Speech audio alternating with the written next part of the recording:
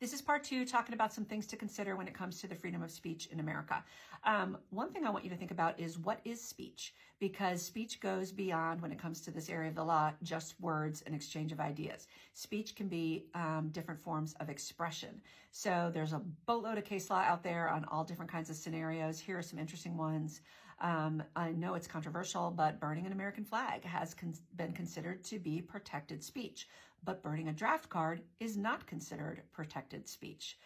Sometimes refusing to do something, like refusing to stand to salute a flag, has been considered to be protected political speech.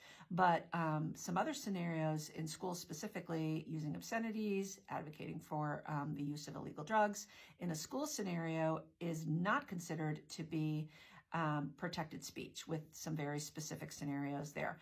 But sometimes things like wearing an armband, maybe protesting a war, has been considered to be protected speech, as is political contributions in certain circumstances.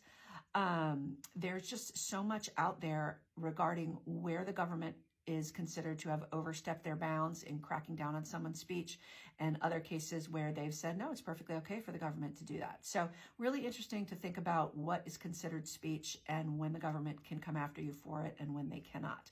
Another thing I want you to think about is what the government means when it comes to freedom of speech, because we all think about, cops coming at protesters with batons, stopping their First Amendment rights, but that's not the only form that the government takes. The government can come in the form of regulations from your local government. It can come in the form of rules from a public university. It can come in the form of an employer. If you work for a public employer, anywhere from the federal government down to your local Parks and Rec department, if they are putting controls on your ability to express yourself, you might want to think about whether they are infringing on your First Amendment rights.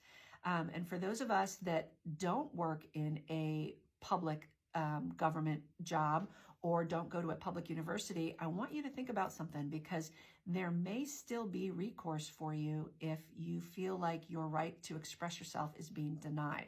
I went to a private college in upstate New York, Ithaca College, and Ithaca had certain rights that they had given the students through their rules and rights of student behavior, where they wanted to protect some ability for you to express yourself. So even if you don't have recourse with maybe the federal government, you may have recourse through a private college or a private employer if they have given you or guaranteed you certain rights and those aren't being protected. So something to think about if you feel like you are not being allowed to express yourself.